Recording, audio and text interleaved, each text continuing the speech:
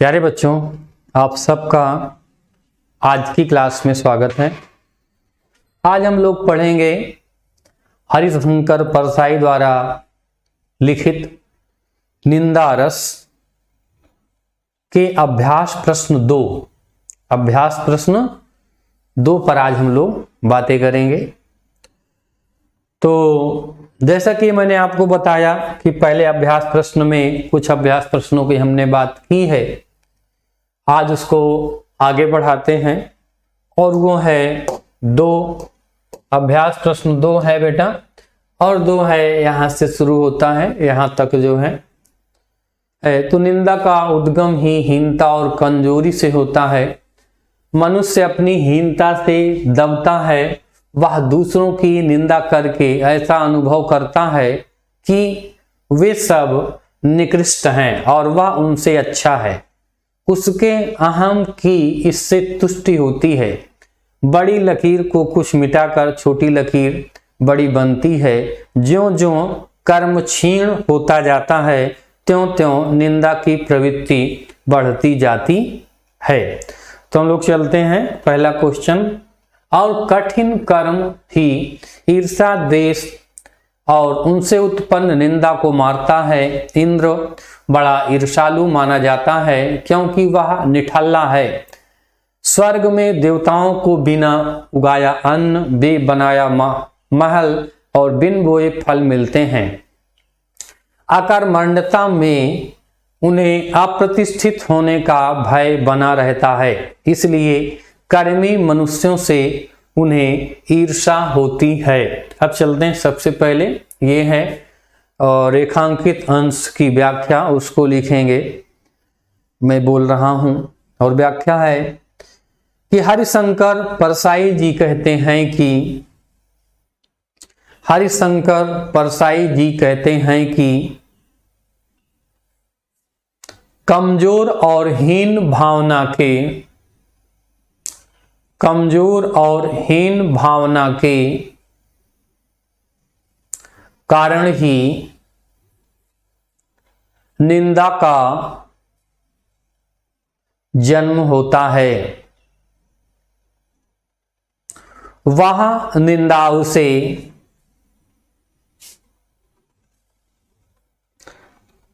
उसे हीन भावना उसे कर्तव्य मार्ग पर आगे बढ़ने से रोकती है। वह निंदा के कर्म को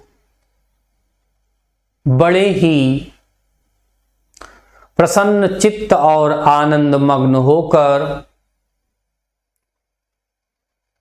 इस प्रकार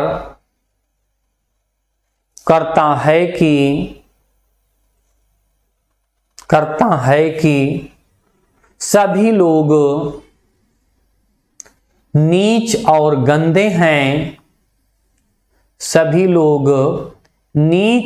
गंदे हैं, वही सर्वश्रेष्ठ और उत्तम है।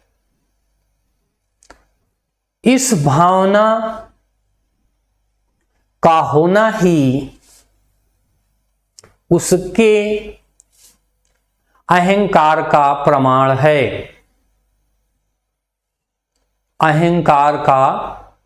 है। बड़ी लकीर को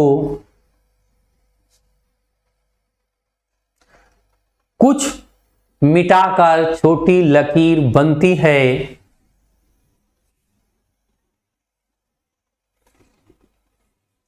से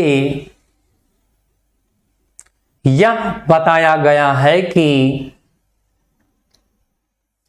ईर्षालु व्यक्ति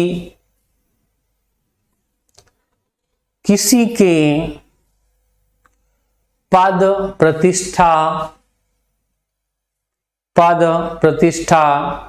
ख्याति आदि को केवल निंदा के कारण ही कलंकित करने का, घटाने का कुत्सित प्रयास करता रहता है। जैसे जैसे जैसे जैसे कर्म की प्रवृत्ति कम होती जाती है, वैसे वैसे निंदा की प्रवृत्ति बढ़ती जाती है। किसी के कर्म फल के अनुसार जो कुछ सुखद परिणाम मिलता है, सुखद परिणाम मिलता है, उस सुखद परिणाम से ईर्ष्यालु व्यक्ति को, ईर्ष्यालु व्यक्ति को जलन उत्पन्न हो जाती है, जलन उत्पन्न हो जाती है। और यही कारण है कि वह कर्म पथ से भटक कर ईर्ष्या के पथ पर अग्रसर हो जाता है। चलते हैं उपर्युक्त गद्यांश का संदर्भ लिखिए। तो पहला लिखते हैं क्वेश्चन का कि प्रस्तुत गद्यांश, प्रस्तुत गद्यांश हमारी पाठ्यपुस्तक, हमारी पाठ्यपुस्तक हिंदी के निंदा रस नामक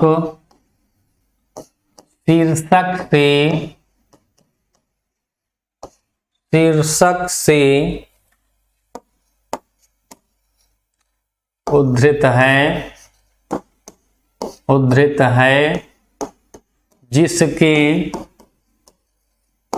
जिसके लेखक हरिशंकर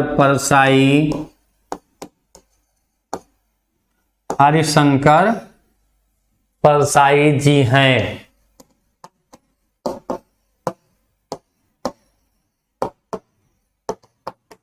ये हो गया बेटा पहला क्वेश्चन। दूसरा क्वेश्चन है कि पाठ का शीर्षक और लेखक का नाम लिखिए। तो लिखेंगे पाठ का शीर्षक, पाठ का शीर्षक है निंदा रस और लेखक हैं हरिशंकर परसाई।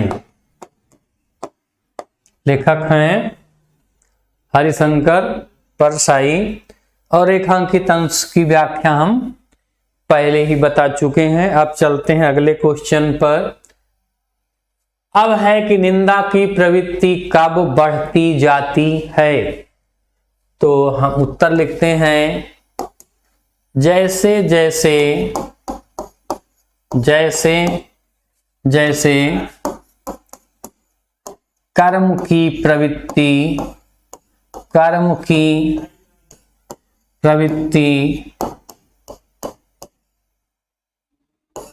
कम होती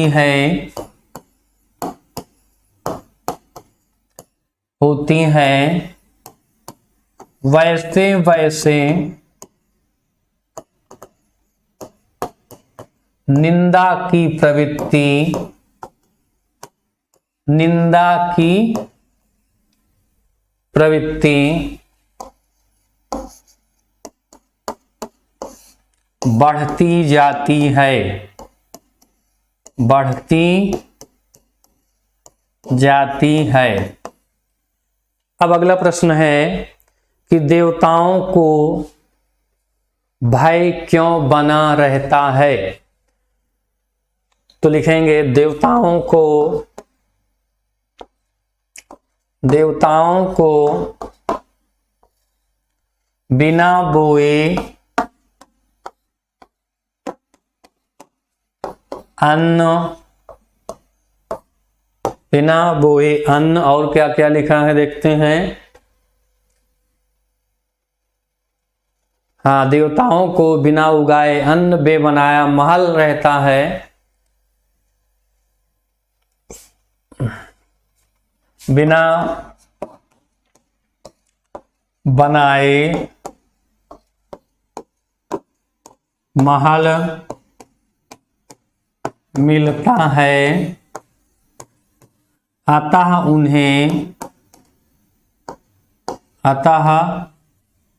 उन्हें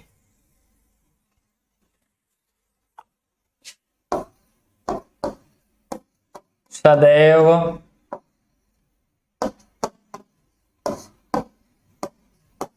भय बना रहता है। अगला प्रश्न है कि निंदा का उद्गम कब होता है? तो लिखते हैं उत्तर, निंदा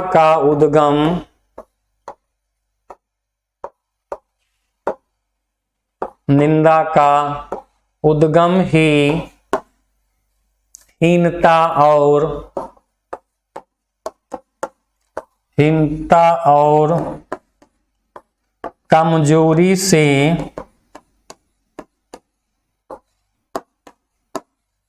कमजोरी से होता है। निंदा का उद्गम ही हीनता और कमजोरी से होता है।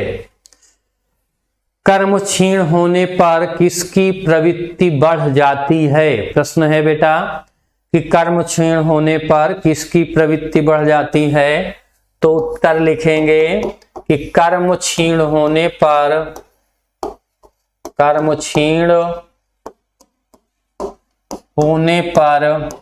निंदा की प्रवृत्ति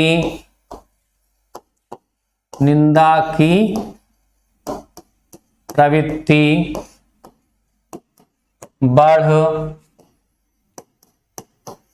जाती है। कर्म क्षीण होने पर क्या है?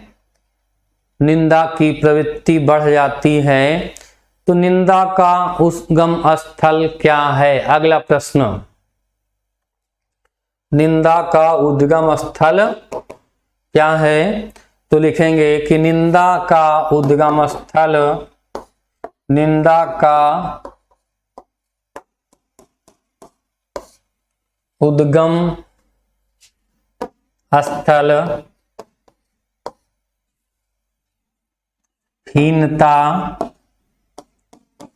हीनता कामा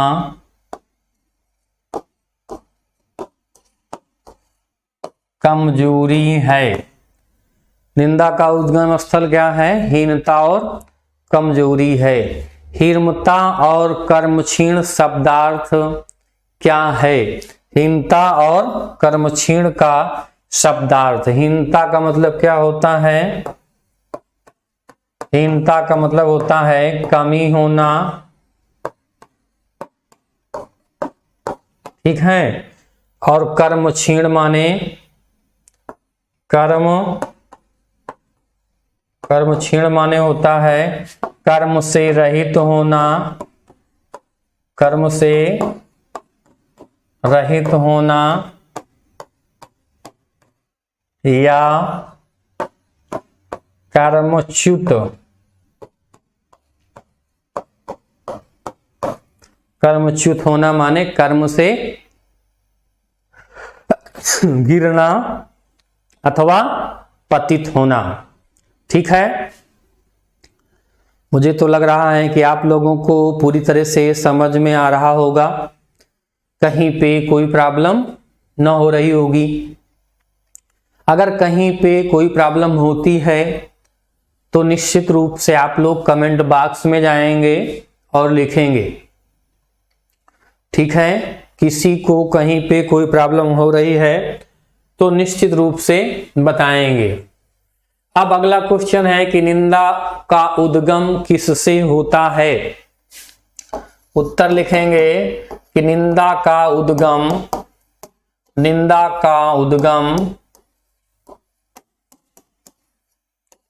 हीनता और कमजोरी से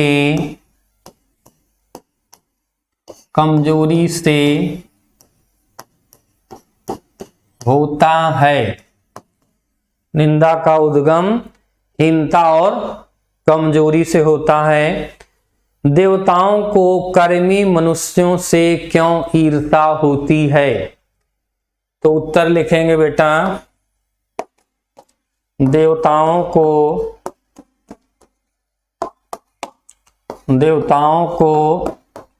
कर्मी मनुष्यों से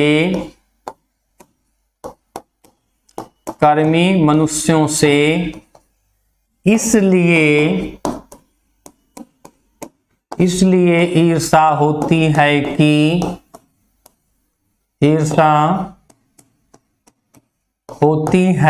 कि उन्हें बिन बोया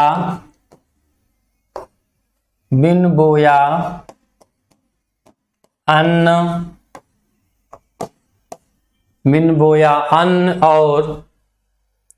और क्या लिखा हुआ था, बिन बोया अन्न और बिन बनाए महल। क्या है, और बिन बनाए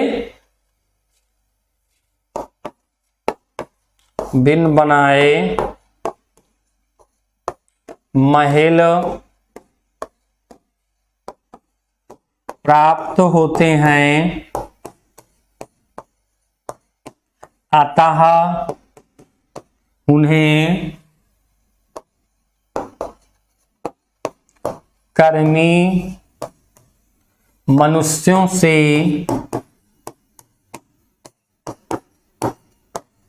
ईर्ष्या होती है। ठीक है भाई, अगला है ईर्ष्या, द्वेष और निंदा को मारने के लिए क्या आवश्यक है। ईर्ष्या, द्वेष और निंदा को मारने के लिए क्या आवश्यक है। तो उत्तर लिखते हैं कि ईर्ष्या द्वेष और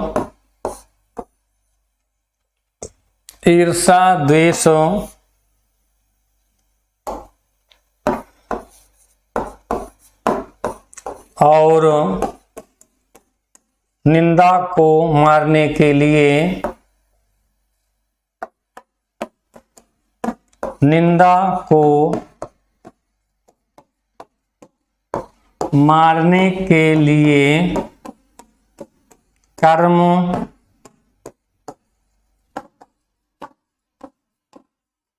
आवश्यक है। ठीक है, समझ में आ गई बात। अब चलते हैं हम लोग अगले पैसेज पे। एक पैसेज पर आधारित जितने भी क्वेश्चन थे उन सब क्वेश्चन के विषय में हमने आप लोगों से बातें की, आपको बताया। और इसके बाद भी अगर कहीं पे कोई प्रॉब्लम रह जाती है तो निश्चित रूप से आप लोग क्या करेंगे, बताएंगे कि कहाँ पे आपको दिक्कत हो रही है।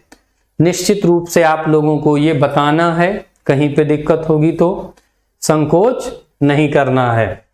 ये अगला है हमारा पैसेज, और इस पैसेज में देखिए यहाँ पे रेखांकित अंश है। ये देखिए यह है रेखांकित अंश। ईर्ष्या द्वेष से प्रेरित निंदा करने वालों को कोई दंड देने की जरूरत नहीं है, वह निंदक बेचारा स्वयं दंडित होता है। तो लिखेंगे लेखक हरिशंकर परसाई जी कहते हैं कि ईर्ष्या द्वेष से जिसके मन में निंदा का भाव जागृत होता है, निंदा का भाव जागृत होता है, उसे किसी प्रकार की दंड देने की आवश्यकता नहीं है। वह ईर्ष्या के कारण, वह ईर्ष्या के कारण स्वयं ही दंडित होता रहता है। दूसरों की प्रसिद्धि, यश, अच्छे कार्य से उसके मन में निरंतर ईर्ष्या की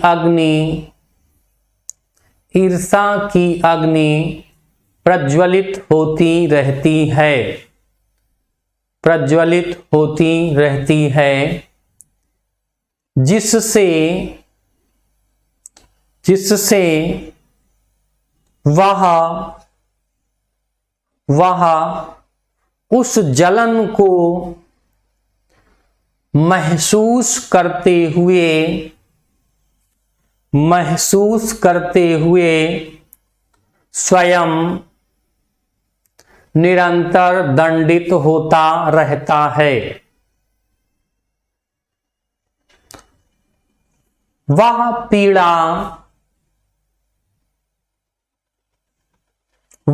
पीड़ा का अनुभव करता है, अतः उसे किसी अन्य पीड़ा या दंड की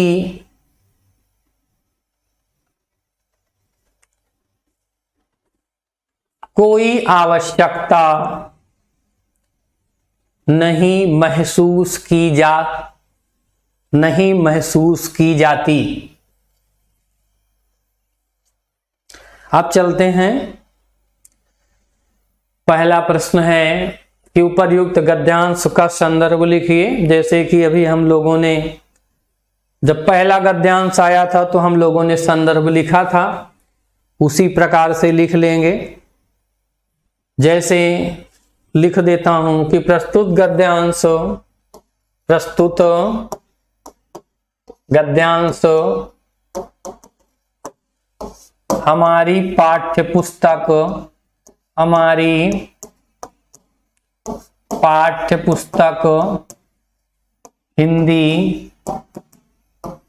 हिंदी के काव्य खंड, गद्य खंड है भाई, काव्य कहां से आ गया, गद्य खंड के निंदा रस नामक शीर्षक से उद्धृत है,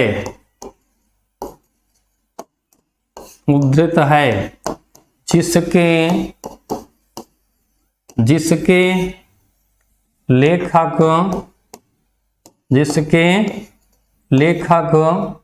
हरिशंकर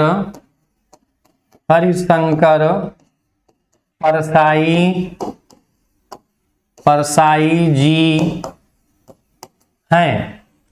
अगला प्रश्न है ये रेखांकित अंश की व्याख्या जिसको हम लोगों ने पहले ही बात कर ली है। अब निंदा कितने प्रकार की होती है, देखते हैं भाई निंदा कितने प्रकार की होती है। देखिए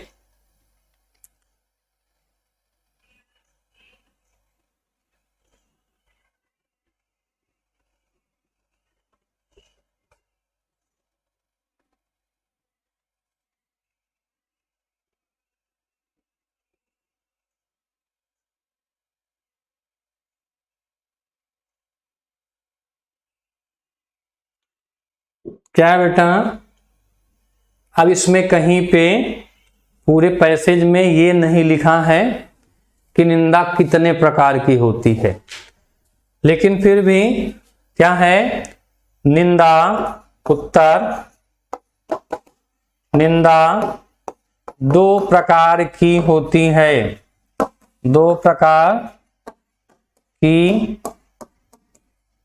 होती है। कुछ लोग तीन प्रकार की भी स्वीकार करते हैं। एक तो ईर्षा द्वेष से प्रेरित निंदा, ध्यान से सुनिएगा, एक ईर्षा के कारण निंदा, एक स्वाभाविक निंदा। एक कुछ लोगों का स्वभाव होता है कि जैसे बात की गई है कि उनका वो स्वभाव होता है किसी की निंदा करना, चाहे कोई अच्छा हो या खराब हो। इतना ही नहीं, कभी कभी अपनी भी स्वयं की भी निंदा कर देते हैं, जैसे कहते हैं कि मैं बहुत दुष्ट हूं। और एक ईर्षा के कारण निंदा, तो ठीक है, एक स्वाभाविक रूप से जो निंदा की जाती है, एक जो क्या होता है, ईर्षा के कारण निंदा की जाती है, दो प्रमुख हैं। और एक और होता है मिशनरी भाव से निंदक। मिशनरी भाव से मतलब समूह बना करके निंदा करना, वो मिशनरी भाव से निंदक कहलाता है। ठीक है, हम दो की बात कर रहे हैं। एक और जो मिशनरी भाव है उसको भी लिख सकते हैं, कह सकते हैं, लेकिन प्रमुख रूप से दो है। लेखक के अनुसार ईर्ष्या द्वेष से प्रेरित होकर निंदा करने वाले व्यक्ति किस प्रकार स्वयं को दंडित करते हैं, किस प्रकार स्वयं को दंडित करते हैं, तो उत्तर लिखेंगे लेखक के अनुसार, लेखक के अनुसार ईर्षा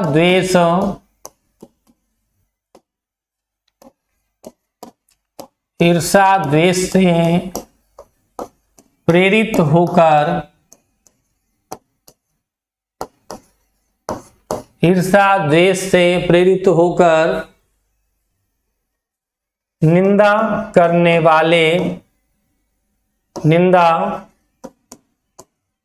वाले को चैन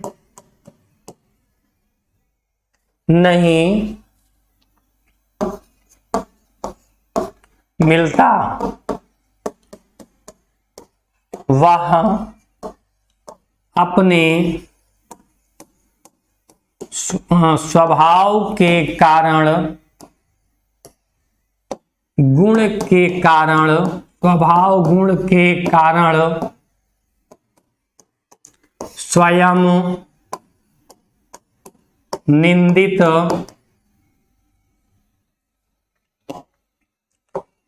क्या करने, स्वयं कष्ट का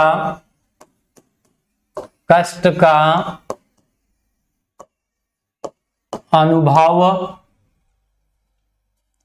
करता रहता है, स्वयं कष्ट का अनुभव करता रहता है। तो अगला प्रश्न है, देखिए कि ईर्षा द्वेष से निंदा करने वाले निंदक की स्थिति कैसी होती है।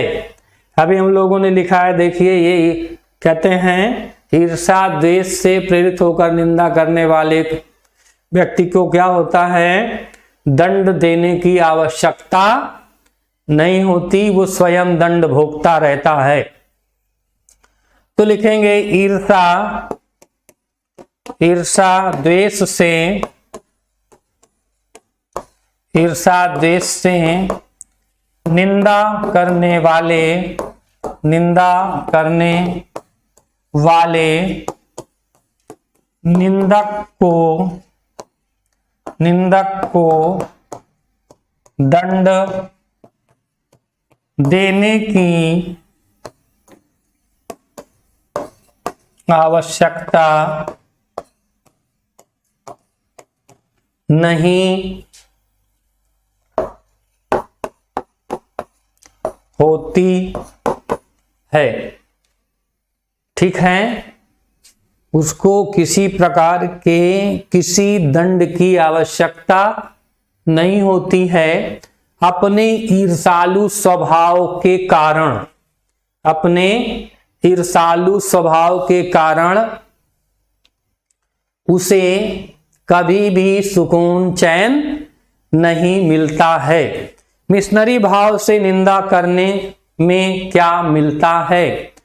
मिशनरी भाव से निंदा, भी मिशनरी भाव की बात हो रही थी, और मिशनरी भाव से निंदा करने में क्या मिलता है भाई, जरा देख लें क्या लिखा हुआ है। मिशनरी भाव में निंदा होकर के करना है कि एक आनंद की बात होनी चाहिए। कहते हैं यही लिखा है, मिशनरी भाव से निंदा करने में आता है। तो मिशनरी भाव से निंदा करने में क्या आता है? बहुत मजा आता है। सब लोग मिल जाएं, किसी एक व्यक्ति को आप क्या करके उद्देश्य बना करके जब निंदा करते हैं तो बहुत मजा आता है, कहने का मतलब है। तो करें उत्तर, मिशनरी भाव से, मिशनरी भाव से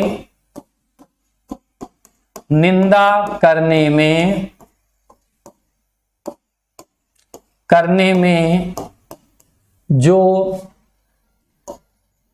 जो आनंद मिलता है, आनंद मिलता है, वह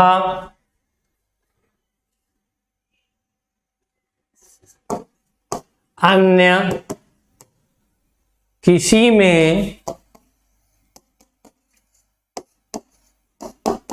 में नहीं मिलता, नहीं मिलता है। अगला है, ईर्षा द्वेष से प्रेरित नंगर किस कारण सो नहीं पाता? तो लिखेंगे ईर्षा द्वेष से, ईर्षा द्वेष से प्रेरित निंदक बेचैन रहता है और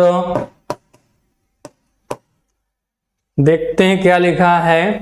बेचैनी के कारण ही हमको लगता है लिखा है, चैन की न्यूज आई है, और जलन के कारण, अरे जलन बेचैनी और क्या है, और जलन के कारण, वही ईर्षा के कारण